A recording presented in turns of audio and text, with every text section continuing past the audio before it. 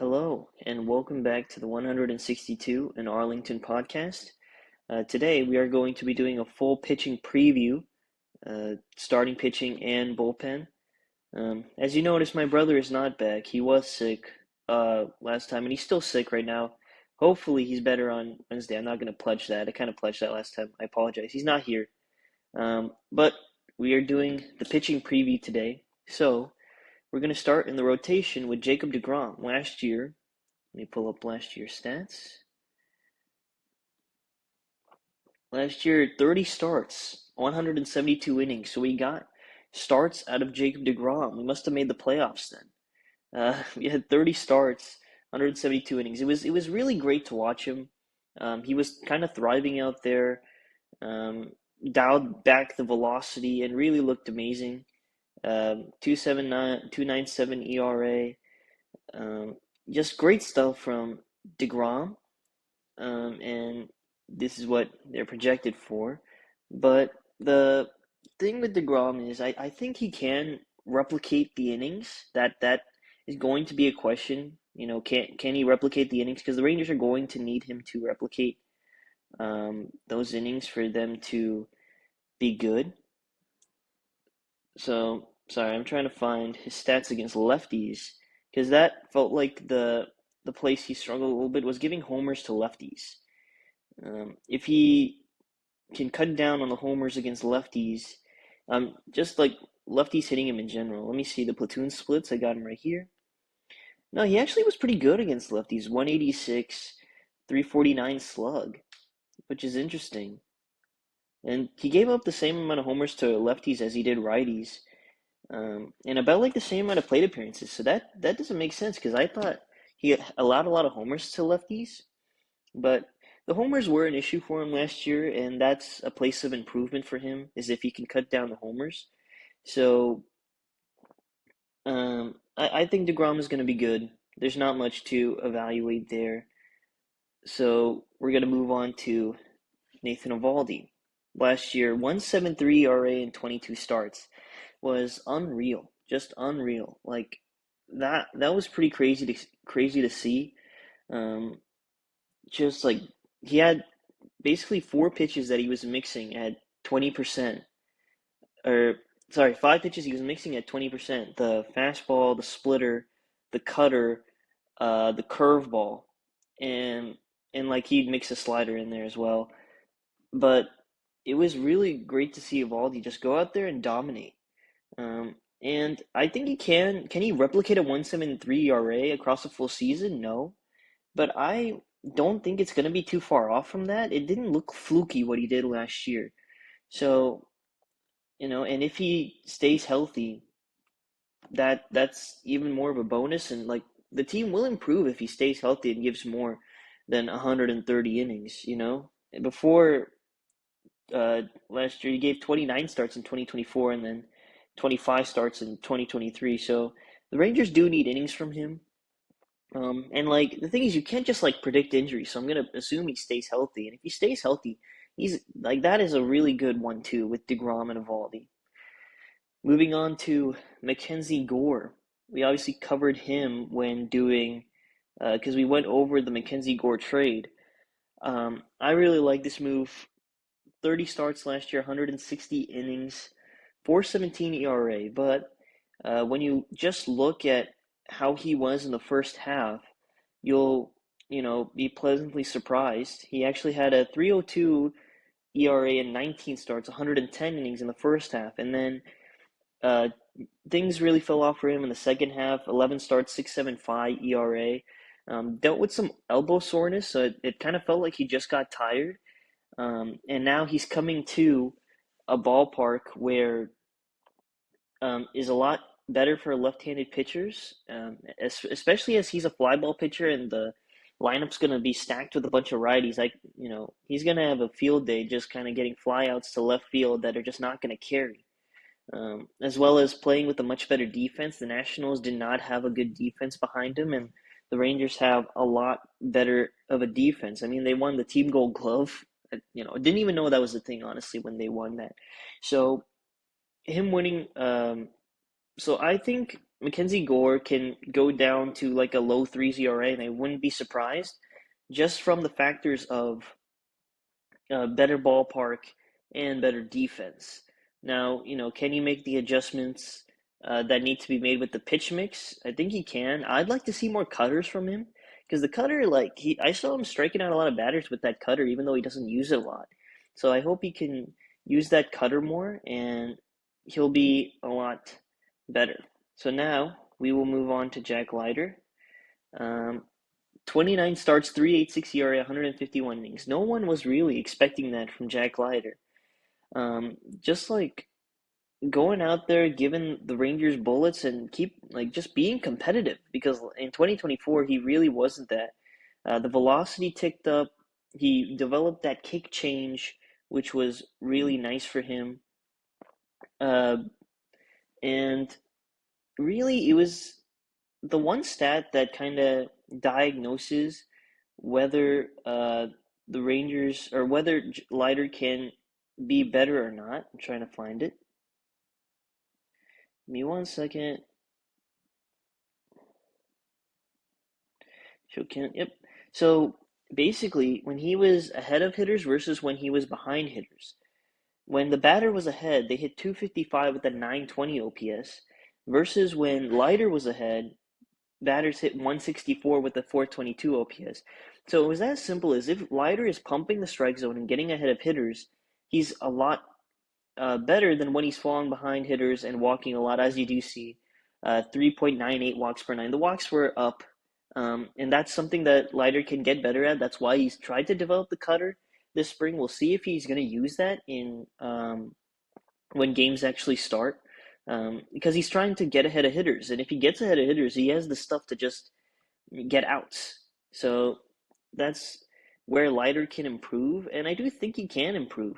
The stuff's there for Leiter, and he already went through a tough experience in 2024 to now in 2025.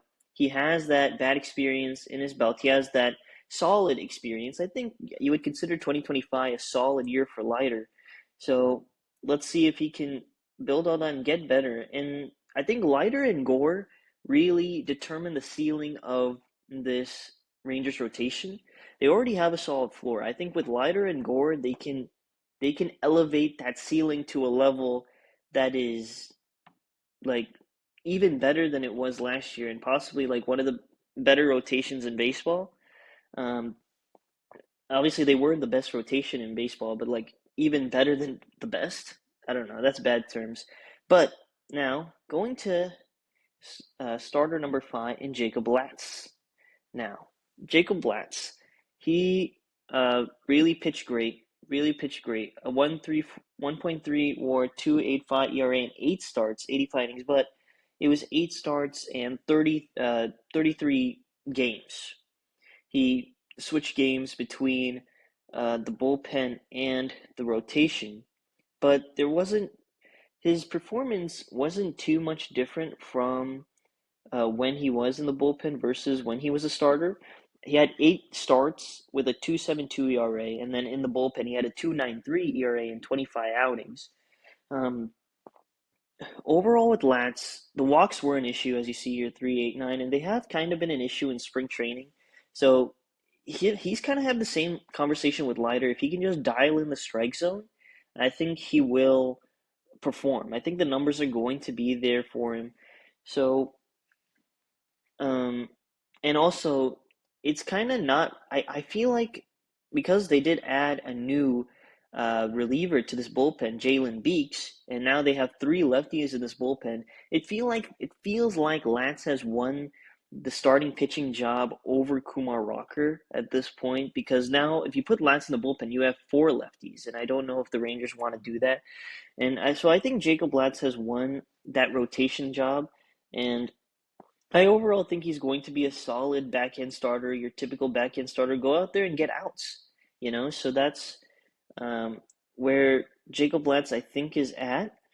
Um, I also think he fits better as a starter than a reliever. It felt like last year when he was a reliever, the walks are a little bit too high for him to be a reliever versus him being a starter, if that makes any sense. Like, it felt like when he had these 1 inning outings as a reliever, the walks like were more out of control and then spiraled. Whereas as a starter, if he has a bad first inning where he's walking people, he can get out of it and then settle in and then end up with a quality start after. So that's where I'm at with Jacob Latz. I think this rotation has a very solid floor. It's kind of where does the upside land because it has a lot of upside with these bottom three guys right here. It does have a lot of upside to be really, really great. I think it's really good now, but it can be really, really great if these three guys, Gore, Leiter, and Latz, can hit their potentials. Now we move on to we're going to talk about some of the depth options for starting pitching, which the Rangers are in a good spot when it comes to starting pitching depth. We got Cody Bradford and Jordan Montgomery. Cody Bradford, I think, is going to be slated to come back late May, early June, which you never know with how Rangers consider injuries. They are under exaggerate injuries. We don't even know if Josh Young's going to be healthy. Josh Young was supposed to be injured for 10 days, and now we don't even know if he's going to be healthy for opening day. So, yeah, but I think Bradford is like very similar to Lance, where he's just going to go out there and get outs. I think he's going to be a nice depth piece for them when he gets back. You remember how like good he was in 2024? Let me pull up his stats from 2024 because he was so good. And like supposed to be. I mean, I had a lot of high beliefs for him in 2025 until he got injured. But in 2024, 13 starts, 14 outings, 3.54 ERA. He just went out there and pounded the strike zone, and it was really impressive. Now Jordan Montgomery, kind of he's also coming. He's coming off a really, he's coming back now um, from the Diamondbacks and didn't have a great year in 2024. Really struggled, and then in 2025, in April, he gets the Tommy John, which sucks for him, and maybe that's what equated to his bad performance in 2024. Thinking back to 2023 when he was dominant, had to go on a long postseason run. I do think with Montgomery, um, he is a lefty and he did pitch well in Globe Life Field. He has success pitching in Globe Life Field. He likes it here. This could be a massive up play move for the Rangers. Uh, I think he's predicted to be coming back around late August. But now moving on to some of the minor league options, they got obviously Kumar Rocker. He's got to figure out how to mix his pitches better. He hasn't been throwing that changeup in spring training, which I was really looking for him to do. So he needs to figure out where he's at pitch mixing wise. They got Jose, and then they got like this quadruple. I don't know these four guys, top prospects for the Rangers that have nasty stuff. Nasty stuff. Corniel, Devilio, Santos, and Lopez. Corniel did pitch in the majors last year. So they do have these four guys that can go out and get big league hitters out and have incredible upside waiting in the wings for the Rangers. Austin Gomber, Cal Quantrill are the two kind of minor league free agents that they signed. Cal Quantrill performed well against Cuba. Like he really looked good that outing. So credit to him for that outing. These two also are depth. We're gonna have to see if they stay on the Rangers roster. If they stay in AAA, it's highly doubted that they make the roster, but they'd be nice depth if they were to stay in AAA. Also, the top prospect, Caden Scarborough, also in high A. We'll see how fast he comes up the system. Now, we will be moving to the bullpen. And all the bullpen is right here. Josh Sborz is currently slated to be in there. I doubt it's him, but we got Robert Garcia, Chris Martin, Cole Winn. This is kind of like how I see the projection. I think Luis Carvalho is going to replace Josh Sborz.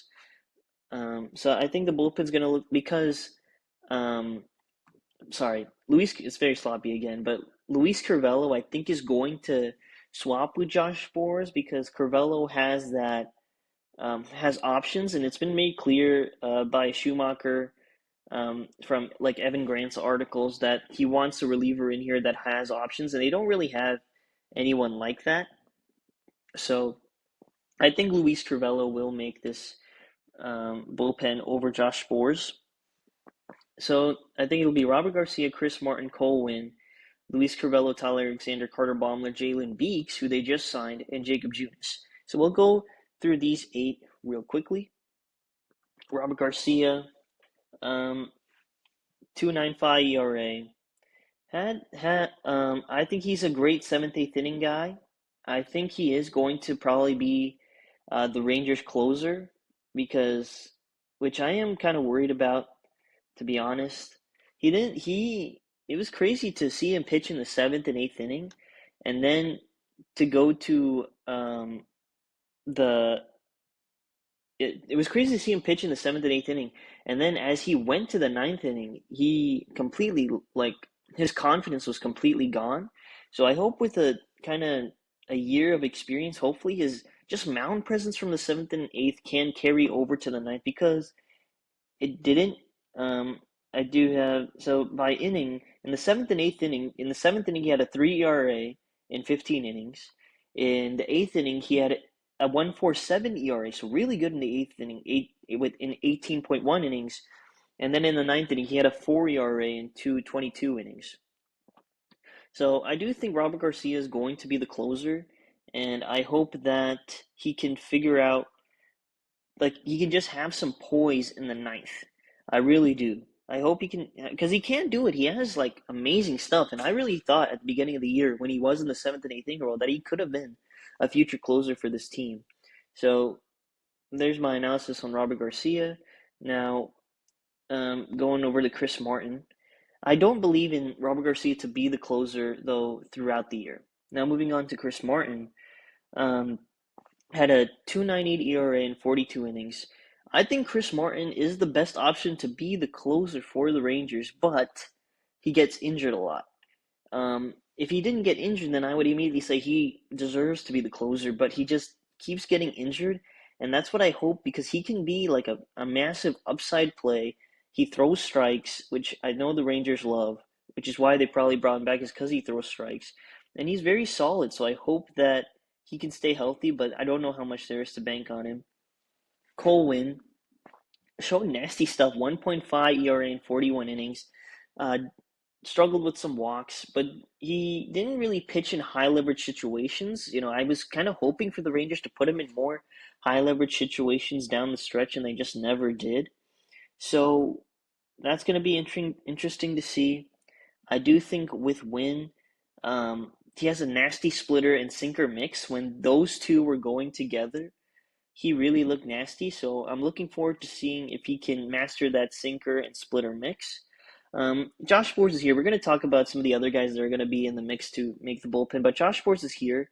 Hopefully he's going to start in AAA. The Rangers will assign him to AAA because he has come back up and he's throwing now. It feels like the injuries are behind him. Obviously, the velocity is not back to where it was in 2023. He's kind of sitting 93, can sometimes hit 94. So it's gonna, but the slider and breaking ball still moves like it did those years ago. So maybe there is velocity in there with more experience, and I think not more experience, just more outings in AAA. Maybe he can find the velocity back, or maybe he can just be more of a command pitcher than just an overpowering pitcher like he was in 23. Tyler Alexander through 97 innings. He's one of these like long relievers for the Rangers. Has 5 different He's very similar to Eovaldi in that he has 5 pitches that he throws 28% of the time, and is really good at tunneling his pitches. He doesn't walk guys, and I think this is kind of the Hobie Milner replacement, a guy who's gonna bridge the gap, kind of go an inning plus 2 innings, and yeah, just bridge the gap to the guys that they really trust. But this is another one of these lefties that throws strikes, and in Globe Life Field, where it's hard for right-handed hitters and better for left-handed pitchers, Tyler Alexander could thrive. Carter Baumler is the Rule 5 pick, which coming into spring training was supposed to be this big wild card. but he's like shown up and shown out, has a great fastball, a great curveball. Obviously, we're going to have to see where the command lands with Baumler. I hope it lands in a great spot because if he can, then that's a closer-esque. Like looking at how that curveball moves, that he can be a closer. But, the Rangers can't be banking on him too much because he has never pitched in AAA. But I like this as a Rule 5 draft pick because the upside is so high. Jalen Beeks. The Rangers just signed this guy, Jalen Beeks. Has two pitches, mid-90s fastball, and a changeup, which graded out very well.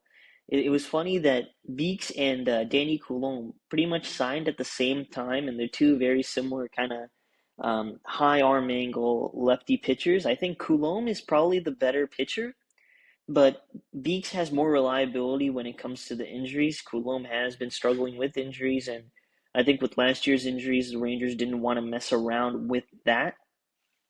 So I do like this Beeks move. I think he was a closer for the Rockies in the first half of 2024, so I do see the upside there. Um, and I think he will pitch in high leverage innings for the Rangers. Spent a lot of time with the Diamondbacks pitching in the seventh and eighth. Moving on to Jacob Junis, he had uh, he had a really good season last year with the Guardians. Another one of these guys that just goes out there and he's gonna throw strikes. I think this is probably the Sean Armstrong replacement. Just a guy who's gonna go out there throw strikes. I think Beeks and Junis have an outside shot to be that closer, because they just go out there and they throw strikes and they don't have that. They kind of have that dog mentality. They've been there for a long time, so I think they have. These two are the guys you want to keep an eye on going into the season for if they can take over that spot in the closing role. Moving on to some of the depth options the Rangers have, and I think Luis Curvelo, Emiliano Teodo, and Mark Church both have not pitched in so far in spring training. These are two guys that have great stuff, but have been dealing with injuries. So if they can find the stuff, we'll be sure to see them throughout the season. But these guys have that stuff that can really dominate hitters if they can just stay healthy. Luis Carvello, I think, is probably the front runner to make the bullpen because, like I said, Schumacher wants guys that have control and that have years of control and options. And that's what Luis Carvello has. He also has great stuff, three pitch mix, and can tunnel off them well. Just more command, and I think he can be really great. I think he can be a high leverage reliever because he does have that dog mentality as well. Michel Otanez has great stuff as well. Kind of got to find the control. Gavin Collier has been kind of highlighted this spring as he can pretty much throw 100 and has a sweeper and cutter. And I don't think he's going to make the roster, but I do think he's an intriguing guy to watch in AAA because if he can nail down that command, he can come up and be a guy for the Rangers. Some other guys here, Alstrom, Lobis, Ryan Brazier, we'll have to see what happens to him.